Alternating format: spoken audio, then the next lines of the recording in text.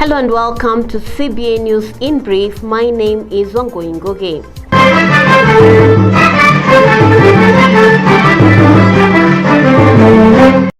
Now, wrapping up her first visit to Somalia, a senior United Nations official charged with the world body's relations with the African Union on Thursday highlighted the unique situation Somalia finds itself in regards to its efforts to improve security and state building ongoing in the country.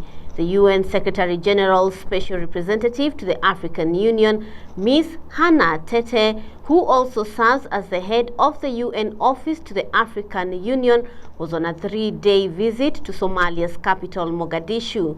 The visiting UN official met the heads of UNSOS and AMISOM, Lisa Filipetto and James Swan, respectively, and also held meetings with Somalia's Foreign Affairs Minister, Ahmed Isse Awad, and the Speaker of the House of the People, Mohamed Mursal Sheikh Abdirahman.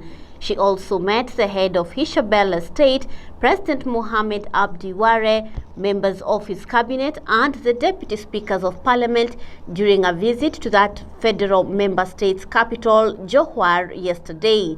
Ms. Tete also held meetings with AMISOM's leadership, including the African Union Commission Chairperson, Special Representative Ambassador Francisco Madeira, as well as ambassadors representing the countries which contribute troops to AMISOM. Of particular note for the visiting UN official was her meeting in the country's capital with female members of parliament, a role she could relate to in light of her experience as a parliamentarian in her native Ghana, and which she described as an eye-opening session after hearing about the challenges they face. The UN Humanitarian Agency said on Thursday that at least 280 people have been killed and more than 2.8 million others have been affected by unusually heavy rainfall and flooding in Eastern Africa. The UN Office for Coordination of Humanitarian Affairs said homes, infrastructure, and livelihoods have been destroyed and damaged in the hardest hit areas, and the risk of communicable diseases, including cholera, is rising. Tropical cyclone Pawan, that is making its way to the Somali coast, raises fears of fresh flooding. The Global Disaster Alert and Coordination System rates Somalia as highly vulnerable, with flash floods likely in the regions of Mudug, Nugal, Bari, and Sanag. According to UN Office for Coordination of Humanitarian Affairs, flooding in Somalia has affected 547,000 people, including an estimated 370,000 who have been displaced and 17 killed. In Kenya, more than 160,000 people in 31 of the country's 47 counties have been affected by heavy rains, with at least 132 people reportedly dead. This includes 72 who were killed by a landslide which buried their homes in West Pokot County. In South Sudan, where 908,000 people have been affected since June, the flooding has submerged entire communities, destroyed or rendered inaccessible basic services and markets, and causing crop losses which will result in an early start of the lean season in January. Meanwhile, more than 420,000 people were affected by floods from August to October in Sudan, during which 78 people died and 49,500 homes were destroyed. The agency also said about 570,000 people have been affected in Ethiopia, including more than 200,000 displaced, and rains have negatively affected the harvest season. In Burundi, it said 3,100 people were affected by torrential rains in Munyinga province, while in Uganda, flooding and landslides have impacted at least 12 districts, including Bundibugyo district, where more than 4,000 people were affected.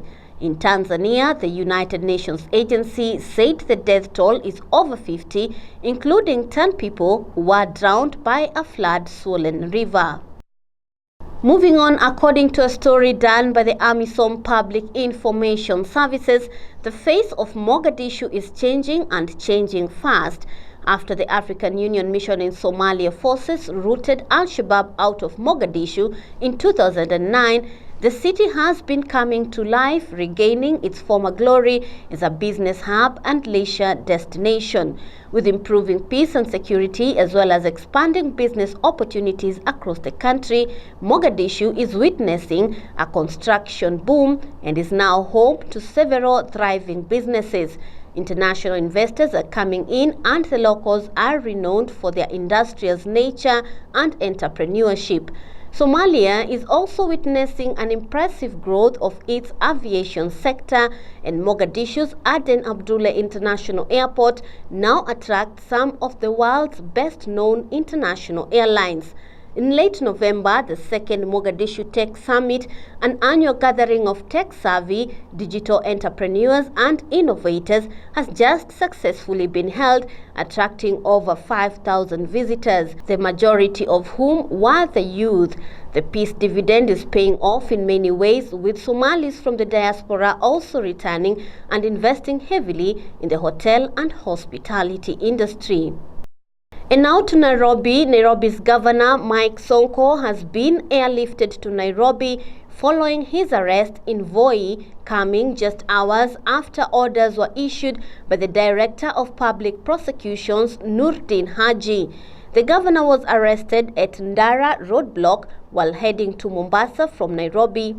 In a bid to escape arrest, Mr. Sonko was seen resisting arrest as he engaged officers in heated verbal exchanges. He is also seen resisting boarding a plane to Wilson Airport, Nairobi, and at some point he pushes and shoves the more than 5 officers.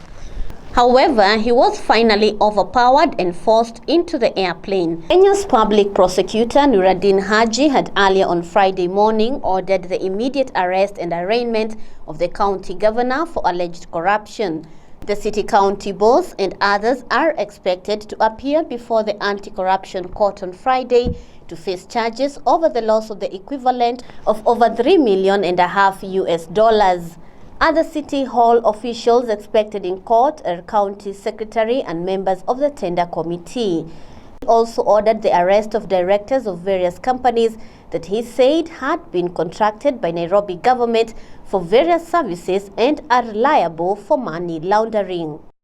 Sudanese security authorities announced that it captured 6 terrorists of Boko Haram group who were handed over to the Chadian government according to a cooperation protocol between the two countries. Sudan Army spokesman said the military intelligence arrested 6 Boko Haram members who held Chadian passports inside Sudanese territories. He added that the arrested persons were later handed over to the security authorities in Jamena in accordance with the cooperation protocol on security and monitoring of joint borders signed by Sudan, Libya, Niger, and Chad. This is the first time that Sudanese authorities have reported the arrest of suspected Boko Haram jihadists inside the country. It is, however, not clear when exactly the alleged jihadists were arrested or handed over. Boko Haram started out as an Islamic anti-corruption group in Nigeria, but mutated into an affiliate of the Islamic State jihadist group. It aims to create a hardline Islamic State in northeastern Nigeria. Well, that's the end of CBA News in Brief. Join Abdullahi Hassan later with more and detailed news. Thank you for watching. My name is Wangui Ngugi.